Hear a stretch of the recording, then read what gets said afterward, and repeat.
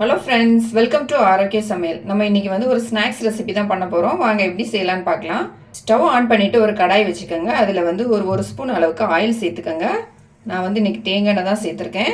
எண்ணெய் வந்து நல்லா சூடான பிறகு அரை டீஸ்பூன் கடுகு, ஒரு ஸ்பூன் உளுந்து, ஒரு ஸ்பூன் கடலைப்பருப்பு எடுத்து வச்சுருக்கேன். இதை வந்து நம்ம ஆயிலில் போட்டு நல்லா ஃப்ரை பண்ணிக்கலாம்.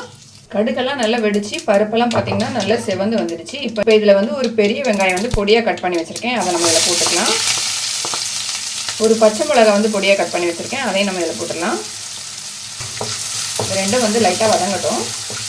வெங்காயமும் பச்சை மிளகாவும் வந்து லைட்டாக வதங்கிடுச்சு. ஒரு கப் அளவுக்கு துருவின கேரட் எடுத்து வச்சுருக்கேன். இதையும் நம்ம இது கூட போட்டுடலாம்.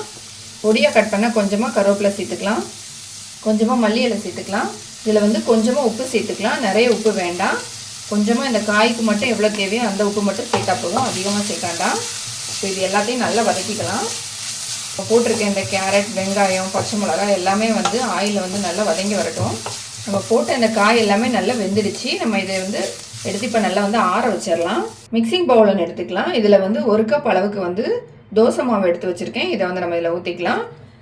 இது வந்து ரொம்ப புளிக்காத மாவு எடுத்துக்கோங்க. நான் எடுத்துக்கிறது பார்த்தீங்கன்னா நேற்று அரைச்ச மாவு தான் எடுத்திருக்கேன். இதை வந்து நம்ம பவுலில் போட்டாச்சு. இப்போ மாவு போட்ட பிறகு நம்ம வந்து வதக்கி வச்சுருந்த இந்த கேரட், வெங்காயம், அப்புறம் கடுகு, உளுந்து பருப்புலாம் தாளித்து வச்சுருந்ததை வந்து இதில் போட்டுக்கலாம். இது வந்து நல்லா ஆறின பிறகு நம்ம இதில் போட்டுக்கலாம். இது எல்லாத்தையும் நல்லா மிக்ஸ் பண்ணிக்கலாம். நம்ம வந்து தோசை மாவில் வந்து ஏற்கனவே வந்து உப்பு போட்டிருப்போம். அதனால் உப்பு எதுவும் சேர்க்காண்டாம். நம்ம காய் வந்து வதக்கும் போது அதான் கொஞ்சமாக உப்பு சேர்த்துருந்தேன். நம்ம ஏற்கனவே வந்து தோசை மாவில் வந்து நமக்கு உப்பு இருக்கும். அதனால் வந்து உப்பு மட்டும் கம்மியாக சேர்த்துக்கோங்க.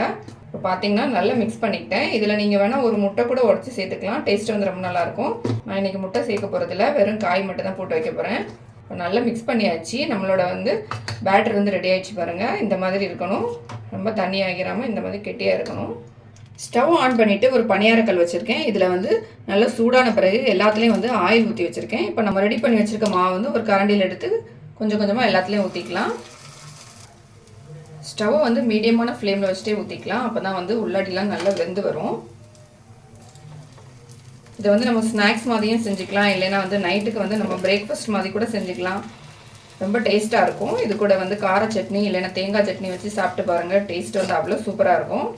எல்லாத்துலேயும் ஊற்றியாச்சு. இப்போ வந்து வேகட்டும். ஒரு பக்கம் ஒரு சைடு வந்து நல்லா வெந்துடுச்சு. நம்ம இன்னொரு பக்கம் எல்லாத்தையும் திருப்பி வச்சிடலாம்.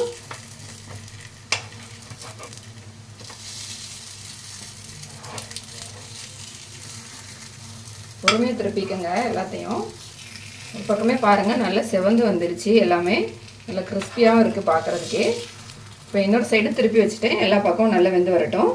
ரெண்டு பக்கமே நல்லா வெந்துருச்சு. நம்ம எடுத்துடலாம். இப்போ பார்த்தீங்கன்னா நம்மளை சூப்பரான நல்ல குண்டு குண்டான கார பணியாரம் வந்து ரெடி ஆகிடுச்சு.